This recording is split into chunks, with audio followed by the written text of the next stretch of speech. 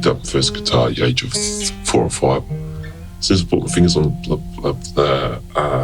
fretboard and play, I just feel like I'm getting like immersed because I just can't stop playing it.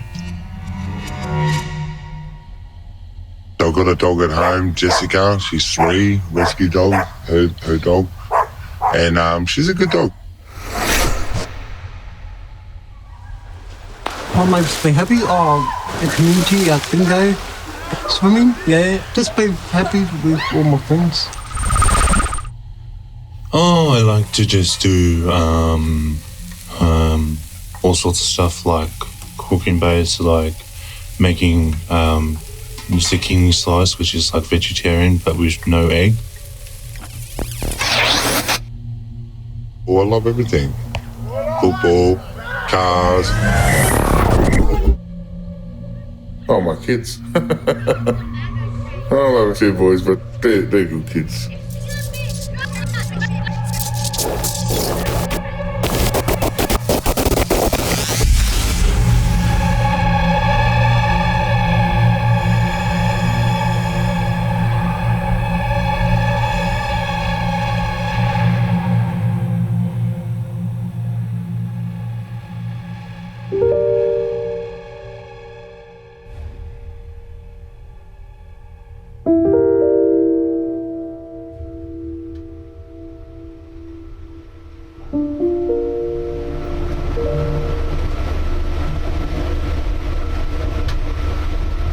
There's been times I've slept on trains and train stations, and I've escalated a lot of fines from sleeping on trains and train carriages.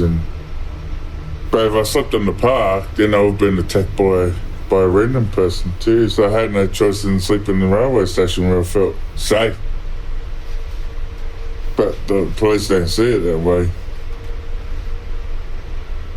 Being vulnerable in public after I was taken away from home to a kids' refuge, and I ended up shoplifting and getting myself in the wrong crowd, being a target for the police officers.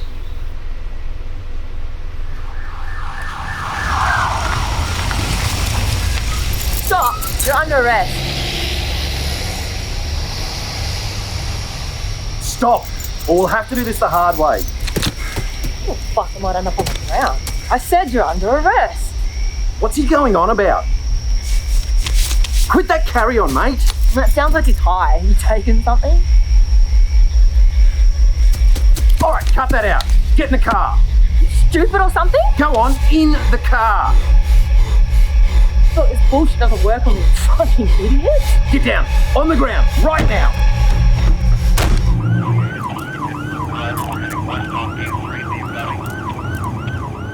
They think I'm doing drugs. I said, no, they don't realise that you're different from everyone else. And then he just come in and he just started bashing me up. He swore an oath to be a policeman, to protect and serve the peace, protect the community. The man was making fun of me about me getting bashed up. 14 years old, I remember going to the police station. I know it was something at the shop that I got in trouble for, and it's just because they didn't understand, I couldn't read, I had issues. And then I got a 5-year caution and just started to sit down.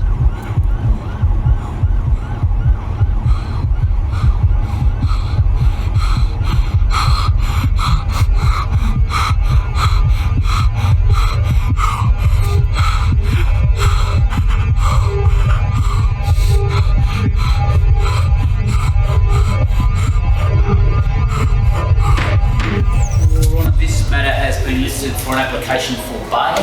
Thank you, Mr. Brown. And my client instructs me, Your Honour, that they have an intellectual disability, I believe. Can we have evidence of that? Court, it was very scary, I got the scares. I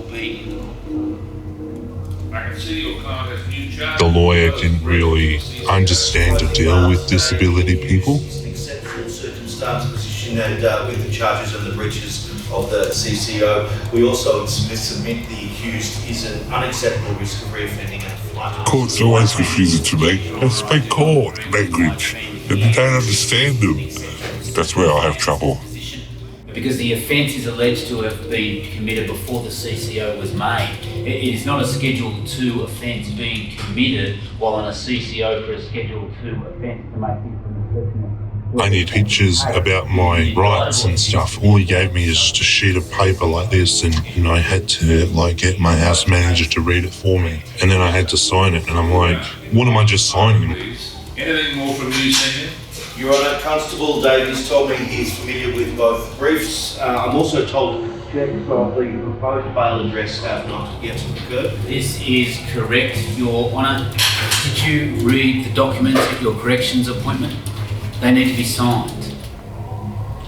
All right, I've heard what you have to say. Mr. Brown, we've spent 10 minutes on this case already, and I have a link up. It's hard. They don't understand, and they sit there and go, "What do you mean you can't read? You're 24 years old. You should be able to read and write." And then you get angry with them and throw a table at them, and then you're back to square one The again. report isn't ready. We cannot proceed today. This matter is being stood down. The defendant will remain in custody until further notice. Of course, Your Honour. As you wish, Your Honour. All right, take your clothes off, turn around, bend over, park your chest.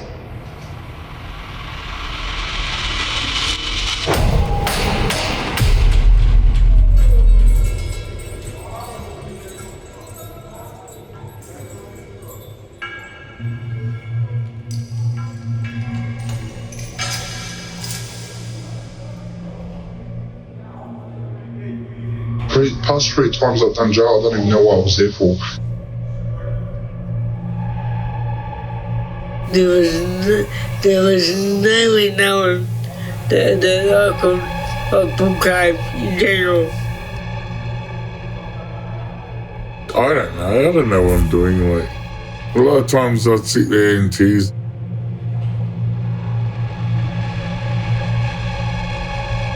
They stripped me and left me naked. And I've got nothing to do but cover myself with my hands, that's it.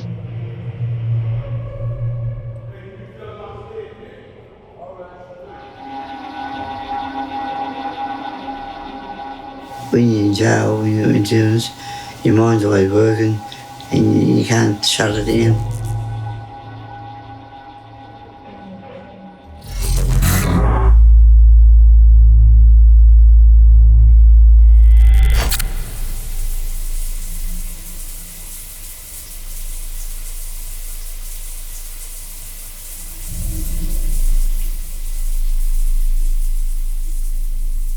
Because they treated me like a normal prisoner. But I couldn't hang onto a rail, which I have got a good, strong hang with. They just couldn't give a stuff where I just forever. They shower flies are very dangerous as well.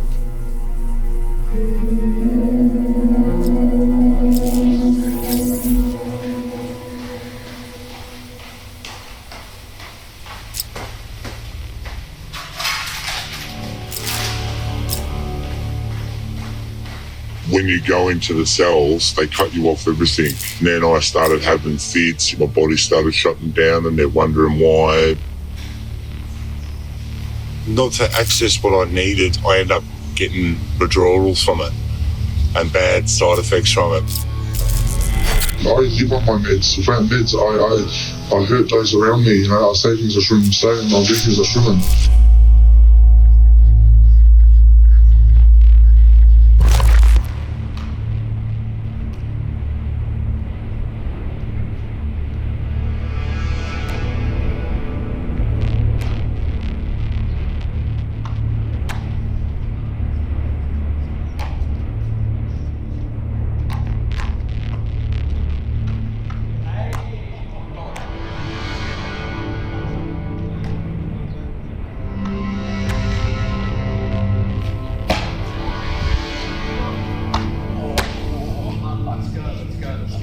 prisoners. If they find out you've got a weakness, well, they'll use it and they'll take full advantage of it. I literally seen a guy's face literally peel straight off his bone. Hey lad, what's good, bro? What's good? How you doing, man? Oh yeah, good to hear, man. Good to hear. Hey, we have a favour to ask. Yeah, right. So you know that guy who's around all the time. He's a dickhead. Everyone hates him, right? We all hate him. Yeah.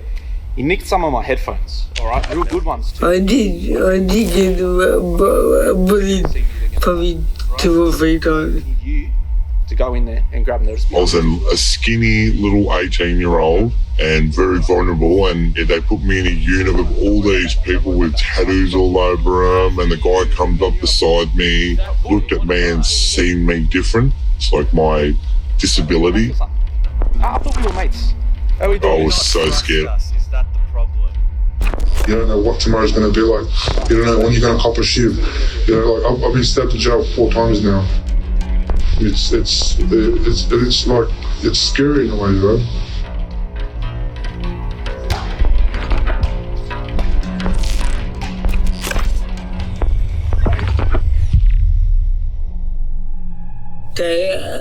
A couple of times they did lock me in for 3-4 days inside the year.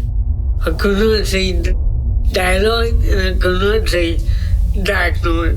I had to stand in cell for at least 24 hours.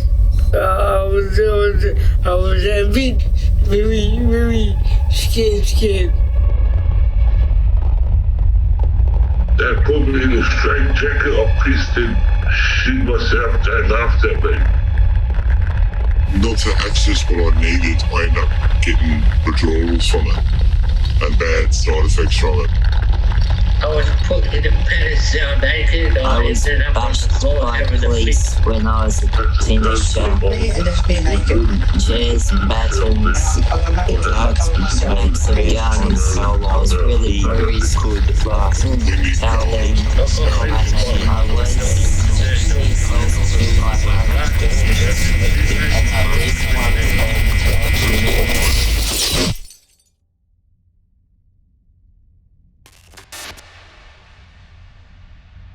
Because I've been getting in trouble with the criminal justice system since early '99.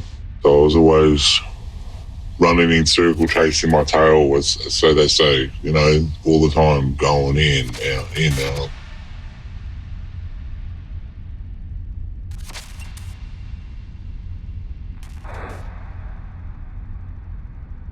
I've been in jail now 5 years. 5 years, 5.5 years. I've had just 2 relapses. The first time when I come here, this time, I was clean for 3 years. And most people understand.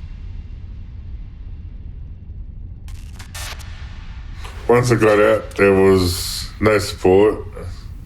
Only but probation parole officers, which is not much of a support, really.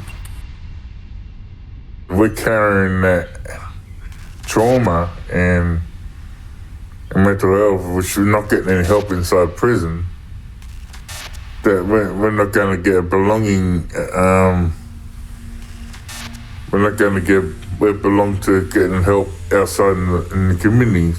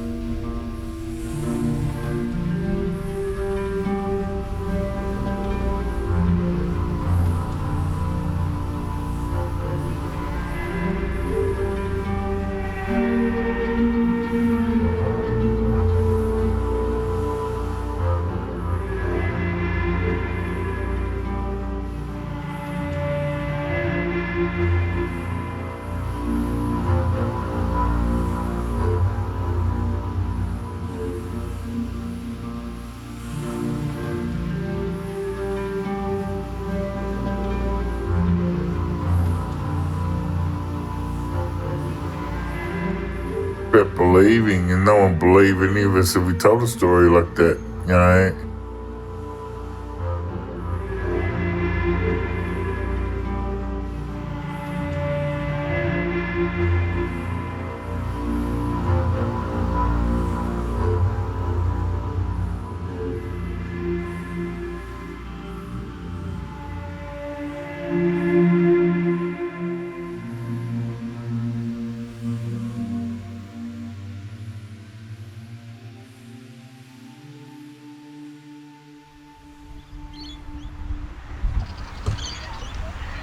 Everyone should have support.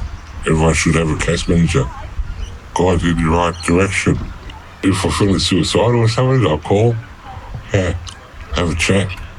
They sit down and talk to you, make sure you don't get into no more trouble with the law.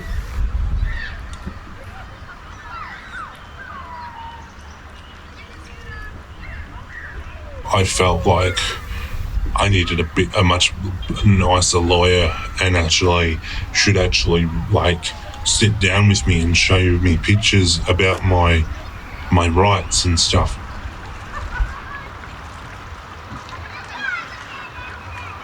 Like, they don't know what I've been through. Like, I've been through a shitstorm, but they don't know that. Let me explain it to them instead of sitting there beating you up and throwing you in jail. I think it's right that we need advocacy throughout the nation, including police station courts, that we have support everywhere and explain everything. Most people understand, and it's all they need now, a bit of love and guidance.